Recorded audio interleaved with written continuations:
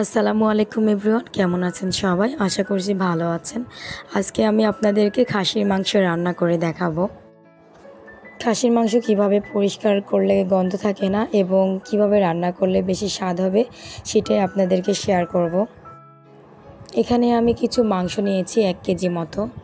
মাংসটা এখন আমি লবণ আর লেবুর রস দিয়ে ভিজিয়ে রাখবো পানি দিয়ে। পানিটা কিন্তু হালকা কুসুম গরম পানি হতে হবে। এখন আমি এটাকে 10 থেকে 15 মিনিট ভিজিয়ে রাখবো।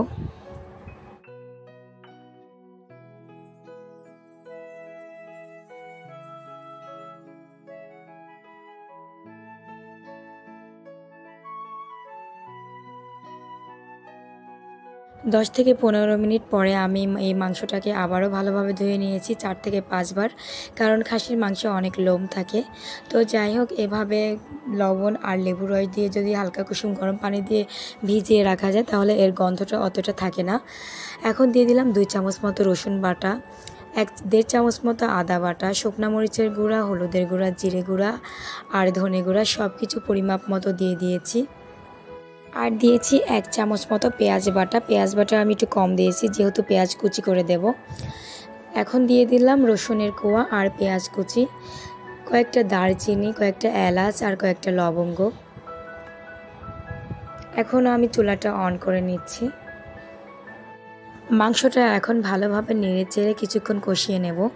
আর মাংস কিন্তু যত কষানো যায় তত খেতে ভালো লাগে। পরিমাপ মতো লবণ দিয়ে দিলাম আর এখন কিছুক্ষণ ঢেকে রাখবো।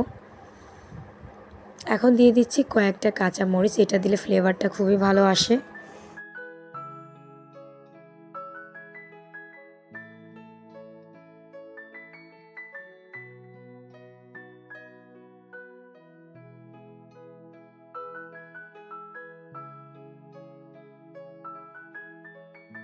একটু পরপরে কিন্তু এটা নেড়েচেড়ে দিতে হবে, তা না হলে লেগে যাবে, আর পুড়ে লেগে গেলে কিন্তু মাংসটা খেতে একদমই ভালো লাগবে না।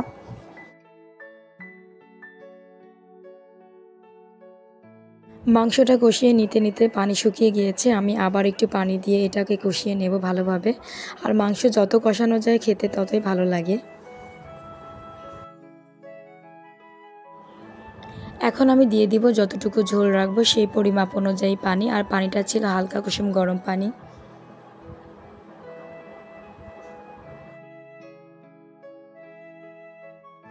মাংসটা কিন্তু পুরোপুরি সেদ্ধ হয়ে গেছে এবং সব কিছু পারফেক্টভাবে হয়েছে।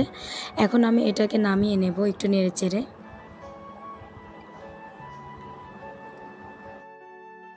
এখন আমি এটাকে পরিবেশন করব। তো যাই হোক, মাংসটা খেতে কিন্তু খুবই স্বাদ হয়েছিল আর কোনো গন্ধ ছিল না।